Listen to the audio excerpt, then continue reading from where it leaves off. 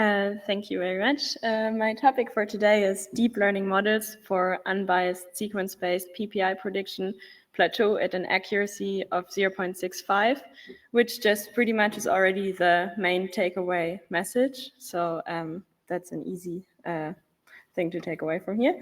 Yeah, exactly. I'm also at the Technical University of Munich, and welcome to my talk. So the problem that I want to talk about is sequence-based PPI prediction. So the input for this task is just the sequence of two proteins, so the amino acid sequence. And we want to predict as a binary classification problem whether two proteins interact with each other in three-dimensional space or not. And maybe some of you have already been here 2 years ago, or in Lyon, because there I've actually already talked about this. There I also had a talk. It was called Cracking the Black Box of Deep Sequence-Based PPI Prediction. And there the main takeaway message was that reported performance metrics of PPI prediction models are strongly inflated because of data leakage. But maybe some of you weren't there, so I just wanted to recapitulate these findings because this is a follow-up work. So what we had seen previously was that reported accuracies in the literature, regardless of the data set, were really, really very good. And so you can see that regardless of the data set, accuracies were mostly above 90%. And it didn't really matter whether classical machine learning was employed or deep learning. It just all seemed to be functioning really well. But that made us a little bit suspicious because there were some very simple methods there as well. And we thought, why are performances so excellent? Because we thought that predicting interactions from sequence alone should actually be a hard problem because like you have to get an idea of how these sequences look like in three-dimensional space. You should be able to find something like binding sites or interaction sites. And so we thought this is actually really hard. And therefore, the models must be able to use some kind of shortcut which allows them to predict this well. And there we looked, what do all of these models have in common that report these phenomenal accuracies? And what they had in common was that they all split the dataset randomly into train and test dataset, which is a form of data leakage. Because what we showed was that it's actually already enough if one protein from the test dataset had already been seen in the training dataset to use some shortcuts with node degrees and sequence similarities and then achieve this really great accuracies. So what we did back then was we constructed a data leakage-free gold standard dataset by just taking all the human PPIs from HIPPY, and then we sampled the negatives to preserve node degrees from the positives. So proteins in the negative dataset had approximately the same node degree as they had in the positive dataset to not get any leakage here. And that gave us a reasonably big dataset. It's not very big for deep learning tasks, but it also was bigger than all of the other sets that were used before. And so the important thing was that there was no protein overlap between training, validation, and test sets, and there was minimized sequence similarity between training, validation, and test. So we also minimized the data leakage with regards to sequence similarity. And we re-implemented a bunch of published methods. So the published methods were mostly deep learning models, and then there was also one similarity-based model. And then we had some baseline models that were also mostly similarity-based or topology-based. So for those, this is just a sanity check to see that they actually don't work on this data set. And here the important question was, can the deep learning models now extract some biologically meaningful thing now that these shortcuts are taken away? But these were the accuracies. So it was rather bad. It was like the best performing method had 0.56, which is not completely random, but also it wasn't that great.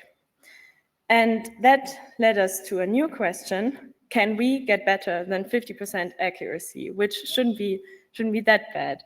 And then we saw, to our great joy, that new models had emerged that were using our dataset as a benchmark. And here you can see them. And they all had very, very different approaches in terms of model architecture, but all of them used ESM2 embeddings as input, which we didn't do. And all of them reported an accuracy of about 0.65 on our dataset. So we saw that apparently with these ESM2 embeddings, you can get up to 0.65 accuracy. So now we had a new task, or actually my student, Timo Reim, had a new task. So this is all work that has been done by him. And we now wanted to distinguish the effects of the embedding versus the architectural choices. So is it the embedding that gave us this boost in accuracy, or is it something in the architecture? And we went back to our data leakage reduced PPI data set, and we generated the ESM2 embeddings for them in different sizes. So these are the 3 largest embeddings from ESM2. And first they give you per token embeddings, like per residue embeddings. And then we just did dimension-wise average pooling to get per protein embeddings to get like the same size for all of the models. So this is color coded. So everything that has a yellow box behind it is the per token embedding with a variable length. And everything that has a green box is per proteins embeddings that have the fixed size. And here we also had some baselines. So we had a random forest classifier that was just performing rather okay in the setting before. So we also took that. And this was also one of the models that we tested before, which was a published method, but it was also rather simple. So it's just a feed-forward network that processes the protein separately first, then concatenates it, and then gives you the prediction. And for the per token embeddings, we had to get a little more creative. So this is the simplest baseline that we could come up with because it's not that easy with this variable length. And then we extended that one by inserting either a self or a cross-attention transformer encoder. And this were also state-of-the-art models. So Descript we had looked at before. So we modified it that it could also now take the ESM2 embeddings as input. And Tuna was one of the published models that used our dataset. So what we saw is that actually the embeddings do boost the accuracy to about 65%. So for Tuna, we could just reproduce these results because this is what they reported anyway. But we also saw that all of the models that we had implemented before got better just by using the embedding as input. So for example, this one I told you we had already used before, and it was random before, and now it had like 0.63 accuracy. The random forest also got a little better. And yeah, so also our baseline models that had this just this transformer encoder inserted also got up to about 0.64. So this was really nice to see that just by putting in embeddings, you can already have such an increase in accuracy. But also what was interesting is that we saw that the per token embeddings do not consistently outperform the per protein embeddings. So you can see that, for example, this best performing per token embedding is Tuna with this 0.64 accuracy. But also there are worse performing ones like here or here, and there the per protein embedding model outperforms it too. So because we thought that we're taking a lot of information away with the per protein embedding, but also we could still get up to like approximately the same performance. Then of course we did a sanity check. So we tried it with a one-hot encoding, and that was random as we expected. And then we also used another embedding that is the embedding that is originally used by Descript, which just works a little differently. And there we also saw that it really helps. So embeddings seem to be really important, which was probably not that surprising, but we still wanted to see. Then we did some further tests. So we wanted to see what does the size of the embedding contribute. So if we go bigger, do we get better results or not? And we saw that actually the smallest one that we tested, the 650 million embedding, T33, was actually for most methods the optimal input. And then if we increase the embedding size, for most methods, it just got worse. For some of them, also the T36 one was the best, but for none of them, the largest one was the best input. And we saw that this had actually also been shown to be a sweet spot in other prediction tasks, which I just want to show here. So here you can see this is fitness prediction benchmark, and here in the blue line you can see the ESM2 embeddings of different sizes, and this peak here is this T33 embedding. And here you can see secondary structure prediction, where also the best performing embedding size was the 650 million one. Yeah, then we had a side story, which is why maybe you have wondered why do our architectures look like this. It was because we wanted to see if we can implicitly predict distance maps as second to last layer, because we saw this in the Descript architecture and we thought it might be really cool if we could do this. So for all of these models, we always preserved the amino acid length as a dimension. So here we had as a second to last layer, just an n times m matrix. And then we extracted that to see if we predict from this matrix interaction, yes, no, maybe it will kind of look like a distance map, like maybe it will identify important residues that might be close together in space. And what we then saw was that finding data for this was actually surprisingly hard, because we retrieved the confident predictions from our models, where this is not really a very good measure, but we just took the ones that had a prediction above 0.9. So this is not something special with the confidence scores, but still. And then we matched it with a PDB to try to see if for confident predictions there's actually already a structure in the database. But then we encountered some problems because we saw that most of the PDB entries, they had additional chains, they had additional copies of the proteins, there were cofactors, ligands, homomers. Then we also saw that because we had this n times m prediction with the whole length of the protein, but we saw that many entries had just one peptide against the protein with just the binding site. So we also had to filter this out because we thought it wasn't a really fair comparison. And we wanted this to be a little more a little more thorough study, but in the end it just became a case study because we had to filter out so much. So we were left with 11 structures from the PDB that we could compare ourselves against. And here's the big reveal. So no, it didn't really work that well. So you can, on the left-hand side, you can always see the real distance map. And on the right-hand side, you can see the second to last layer of our different models that we had. And now you can try to squint your eyes and maybe you can try to see some structures that are also in the distance map. And that's why we also computed correlation scores between the two matrices. And if you look at them, you see that correlations are actually rather bad overall. So this one is our best one that had a correlation of at least 0.2. But you can see what the reason is for this, because this one has these horizontal lines, and there are also horizontal lines in the real distance map. But still, I feel like this is not a biologically very meaningful distance map. So yeah. This was the new publication. It is now out in the proceedings track of the ISMB ECCB here in Liverpool. So here you can just see the summary again. And so to summarize, what we saw is that the use of ESM2 protein embeddings explains the performance gains that we saw, like from 0.5 to about 0.65, irrespective of the model architecture. We saw that the per token protein embeddings do not yield better results than the average proteins embeddings, or do not consistently yield better results than the average per protein embeddings, while being considerably slower. So that you also have to take into account, it was just very, very, the other models were way faster with the per protein embeddings. Then we saw that the models sometimes profit from smaller embeddings, but probably just because also we don't have that much data. So it was probably had something to do with just the parameter space. And then the distance maps cannot be predicted implicitly as second to last layer, at least if you have a model like this, because you see that all of these models are not very complex. And probably just something a little more complex and a little more informed is needed here. Now, where do we go from here? Do we just throw on more data?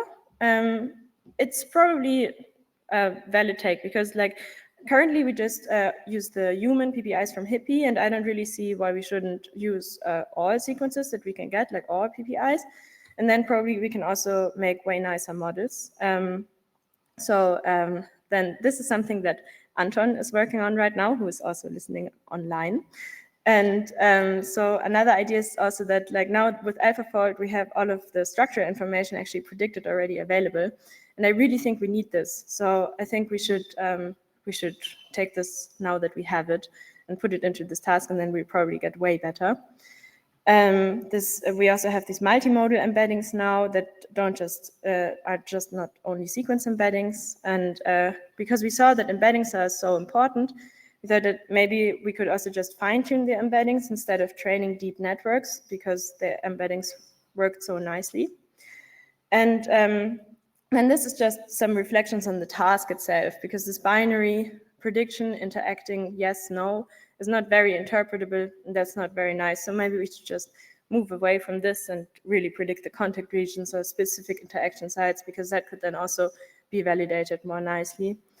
And also with the PDB example, we saw that it's not very realistic that just two proteins interact in isolation. So maybe we should also stop predicting this and predict interactions of more than two proteins, but this would be very complex, or just functional interactions maybe. So these are just some reflections for discussion maybe. Finally, I want to thank you. You can check out my other poster where I talk about a completely different topic, which is drug response prediction, but maybe you're also interested in that.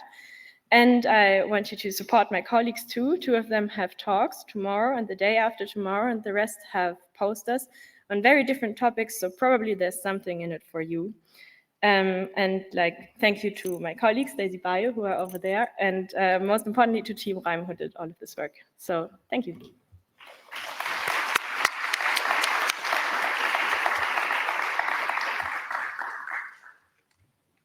Thank you. Questions? Hi. Yes. Number two. So I have a couple. One is the fact that in the pre-training, ESM2 or the Bepler and Berger models might have seen the proteins or similar proteins which are in the tested, could be some type of leakage. I know it's unsupervised, but that's one question. And the other, would the results and conclusions of your study change if you use a different metric for evaluation, such as AROC or AUPR, which are not based on a threshold, like accuracy? Okay, so about the first one, we have thought about this, but we thought maybe it's not really data leakage because it's trained on such a different task, because they do masking, and it's also just embeddings for single proteins and not the proteins together. And you can also generate this embedding for any new unseen protein that comes in. So we thought that this might not be so bad. So yes, because I have also seen embeddings that embed two proteins together, and there I'm more skeptical, because then this is really what we're trying to predict. But if you just embed one protein at a time, I think this is okay. And the second question was about the metrics, or what? Yeah, the evaluation metric. If you didn't take accuracy, which is based on a threshold, and instead used AROC or AUPR. Yes, we have also computed the other metrics. They are in the preprint. So I'm just showing accuracy because it's intuitive, but we have also area under precision recall curve. But all of it looks rather similar. Sometimes, like most of the time, the area under the precision recall curve is better than the accuracy, but it's just like just overall just a little better. So, yes. Number one. Hi, thanks for the talk. When people give a negative in protein-protein interaction, often it's that the interaction hasn't been tested. So some of the threshold that you've been seeing, could that be a limitation of missing data as well? Because you're certainly going to penalize any model that predicts an interaction that hasn't been experimentally validated. Yeah, we also thought about this, and there are actually a bunch of papers on this too, where different people try to make the case of how to sample negatives in the best way, or to generate them in the best way, because like just experimentally there is really not that much data. So you have to come up with some way of generating them. And what we went for is this negative, like this random sampling of proteins that we see in the training dataset, or then for the validation dataset that we see in the validation dataset, for the tests that we see in the test dataset, and pairing them together in such a way that we retain the node degree, because we saw that that was a really big influence. But of course, there may be some negatives that would actually interact with each other, but we just thought that the chance of that occurring is so low, because there are way more proteins not interacting with each other than are interacting with each other. So we thought maybe we lose like 5% or something, but that's not that bad. But there's yeah. another shortcut that you have to be very worried about, particularly if you do what you're saying you're going to do next, which is to train across species. It turns out that the set of proteins on which have been tested for protein-protein interactions is not random.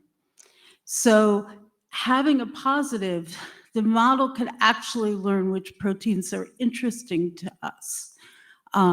Be it particularly in other species, we tend to test on sets of proteins that are homologous to human proteins that involve human disease. And just full disclosure, I'm, the topsy-turvy Descript and TT3D author. In our TT3D paper, which also uses structure, we have a very delicate discussion of what happens when you do things across species, and these biases may also create certain interesting shortcuts for the neural nets. Yeah, we thought about this too. Like, the idea was that maybe we also do a split like we did before for the human proteins, that we do the split by minimizing homology between training and validation and testing, so that we test this in a fair manner. But maybe we could talk afterwards. Yeah, we should exchange some ideas. Okay, thank you. Thank you. Let's thank Judith again. We need to move on now.